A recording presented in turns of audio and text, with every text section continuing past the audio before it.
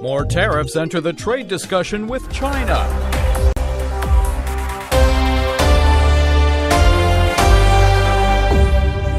The White House says it plans to impose 25% tariffs on $50 billion of Chinese goods that contain industrially significant technology, as trade talks between the United States and China continue. The White House said Tuesday the proposed tariffs are in response to China's practices with respect to technology transfer, intellectual property, and innovation. It will announce the final list of covered imports by June 15, 2018. Other punitive steps include implementing stronger investment restrictions and enhanced export controls for Chinese citizens and companies related to the acquisition of industrially significant technology to protect national security. The proposed investment restrictions and export controls will be announced by June 30th and adopted shortly thereafter, according to the White House. In addition, the Trump administration said trade talks with China will continue. U.S. President Donald Trump imposed a 25% tariff on steel imports and a 10% tariff on aluminum in March. It is the largest deficit of any country in the history of our world. It's out of control.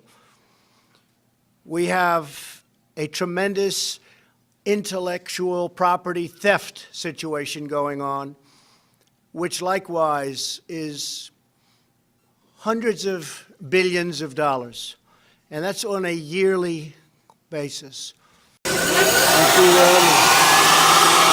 It's been almost 2 decades since Illinois farmer Scott Halpin's family drove a newer tractor through the fields of Grundy County. Thankfully, the equipment his family uses is well serviced and, so far, reliable. Hopefully that doesn't change anytime soon, because Halpin says he can't afford it. Not under this farm economy. The iconic green and yellow tractors the Halpins own are made in America by John Deere, headquartered in Moline, Illinois. John Deere saw a surge in sales and profits in the early part of 2018, but that was before aluminum and steel tariffs were imposed by the U.S. on China. Now Deere, which uses steel in its equipment, plans to increase prices for 2019 models to protect profits. That means it won't be getting cheaper for Halpin to make a new purchase. The increased cost of equipment with the declining farm economy right now doesn't make it real smart for us, or doesn't make it what we want to do for our farming operation here. For companies like John Deere and Caterpillar, they really get hit on both sides of the trade dispute spectrum. Mark Grivicheski is an investment advisor with the Quad Cities Investment Group and explains that the cost for farmers and their suppliers to do business expands beyond the additional tariffs of 25% on imported steel and 10% on imported aluminum imposed by the U.S. So if John Deere makes a routine purchase of $10 million of imported steel, they now have to cut another check for $2.5 million to the federal government, and that increases their operating costs. On the other side, you have China threatening the U.S. with $150 billion of their own tariffs, primarily targeting the U.S. agricultural industry. Not only does that impact farmers, but it impacts those companies with ties to the farming industry. Increased costs for farm equipment and concerns about competitive access to a big market like China, which has depressed prices for corn and soybeans, is creating the perfect economic storm for farmers like Halpin. The decline in the market has a daily effect on every farm in this country. So does the relentless news about renegotiating trade deals and tariffs. What Halpin says he wants most, almost as much as favorable weather this year for his crops, is some sense of stability. With the negotiations the way they're happening, it can hurt when things happen on a daily basis. It's just kind of uncertain times here in farming. A time when, even before new tariffs, the United States Department of Agriculture projected net farm income in 2018 to reach a 12-year low. Mary Lovely is a professor of economics at Syracuse University with expertise in international trade and investment, as well as China's trade and sustainable development. VOA Asia's Ira Melman asked her if Tuesday's announcement was unexpected. Well, today's announcement isn't that big a change. It's really an announcement to make an announcement on the 15th. So technically, the tariffs are still suspended. However, this is signaling that the process is moving forward in anticipation of talks that will happen later this month between Washington and Beijing. Was this totally unexpected? No, we knew that there was going to be the list announced. They finished hearings that they had, so it wasn't totally unexpected. People do view it as putting more pressure on the Chinese ahead of the meeting with Commerce Secretary Ross. So in some sense, the big announcement was a little bit unexpected. The reaction from Beijing seems to be somewhat understated. I do not have it in quotes here, but I'm sure you have read it. Did that surprise you at all, or is this part of something that's already pre-planned? Well, they're in pretty close contact with the Americans on this, and I think that they're certainly trying to avoid a trade war with the United States, and so they're going to play it cool. They certainly would prefer that this thing end up as some kind of negotiated deal. I think they thought that deal was pretty close.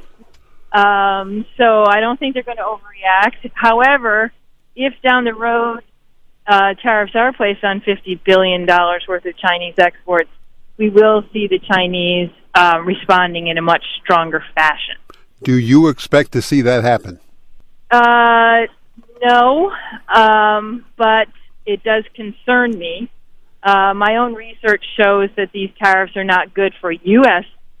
Interests, that they're mostly on supply chain trade, that is trade of our multinational companies, particularly in the technology field. So I fear that it would hurt the competitiveness of our companies, suggest, push some companies to assemble or produce offshore. So I think it's a big negative for the American economy, not a positive as some people might think, and we're certainly hoping that it can be avoided. What part has and will the whole ZTE situation play in this?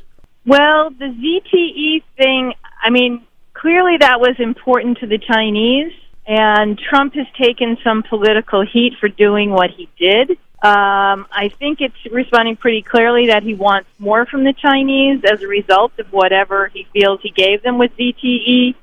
So I think that ZTE is there in the background. He's also signaling that he needs to be tough with China on the issues related to intellectual property theft or unfair compensation for the use of American technology. So the Congress, as you know, has been making a lot of noise about this. President Trump's going to have to take a strong stance on this. The ZTE seemed to signal that he was going to be weak on that front. That's definitely not going to be supported by the Congress. One would think that there are back channels on this thing between the two countries. You agree? I'm sure there are. However, I believe that the communication is not always very clear.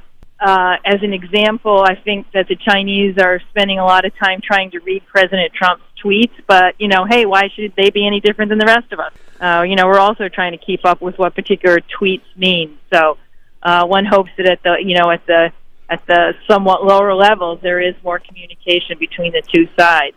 They seem to be communicating a little bit better, particularly with Secretary Mnuchin after his statement.